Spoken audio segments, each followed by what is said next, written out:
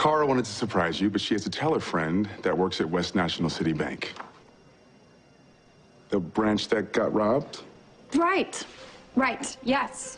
I went there. You know, it took me a while to park my car and...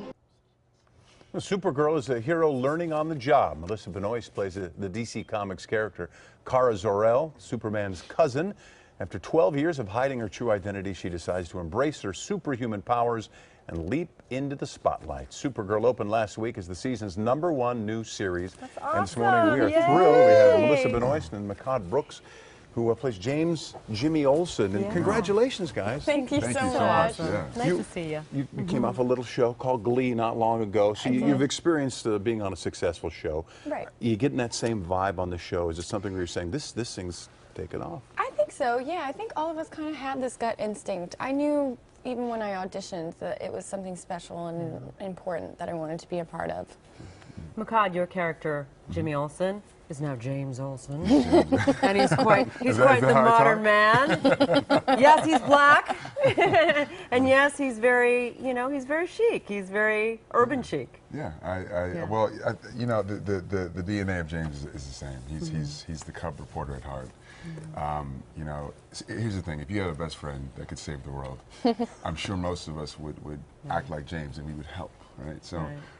Superman sends James over to help Kara into her foray into superheroics, and it's a really cool role to have. So we should, so people can get to know you a little more. You were an All-America Texas athlete, basketball, football, baseball. You were accepted, I think, into Yale. Am I correct about that? Wow. But you chose USC to study film. Wow, you have internet stalked me, sir. I feel very uncomfortable here. Did you feel that stalking? That stalking? To do that. Outside my window, isn't it? So you wind up locally here at SC. Why did you go the film route when you were a great athlete? You had some opportunity. You know, I saw a film called The Usual Suspects. Yeah. And, Sure. Yeah, I was in high school, and I internet stalked Bryan Singer. I said, "How did you learn how to do this?" And like, I kind of figured it out. And I was like, "Oh, you went to SC? That's what I'll do." And there's not really a better answer. I saw a movie, I liked it. I was like, I want to make films. Melissa, let's talk about costume options. I mean, there were a few of them. One was the boy shorts looking kind of Supergirl look. Two-piece. Two-piece, right? Yeah. And then there was one that was a shorter skirt, and then you kind of chose something that was sort of in between, so a little longer skirt. Why was that? Well, I think that what our costume designer Colleen Atwood did brilliantly was make something practical, really, that you could imagine a woman kicking butt. And, you know, I never understood how Wonder Woman didn't have more wardrobe malfunctions.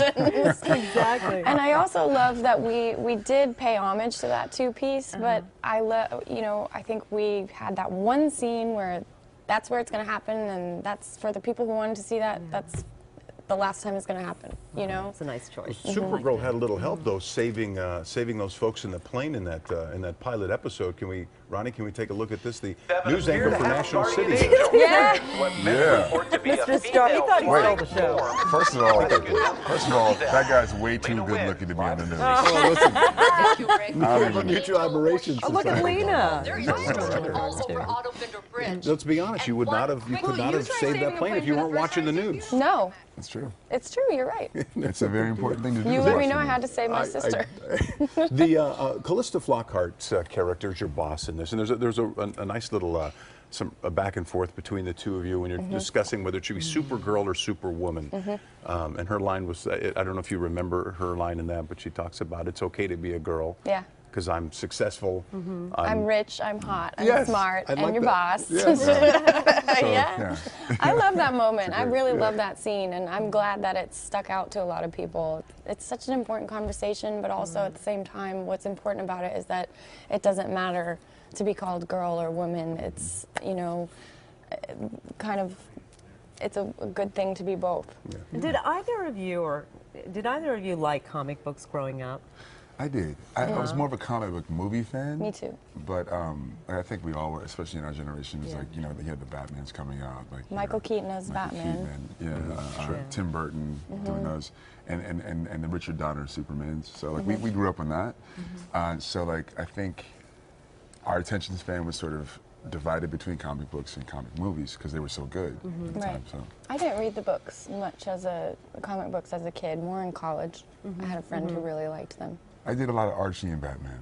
Did you? A lot of Archie and Batman. I have to say, I appreciate you've really made nerdy very, very attractive. Very on the cool. show. Yeah, I don't know if you're hearing that a lot, but you've got the glasses, you're unassuming, you're reluctant in some ways, and it's, well, one of our presidential candidates said hot. He did. Yeah. Isn't that? Is that That's from when not you know trying you- to be hot that makes somebody hot, I wonder? Yes, I don't know. That's when you know you made it when Jeb Bush is like, Yeah. I think she's hot. You guys, thanks so much for coming by. Appreciate that. Thank you very much for Nice having us. meeting you. Thank you guys so much. Nice to meet you. You can watch Supergirl Monday nights right here on CBS 2 at 8 p.m.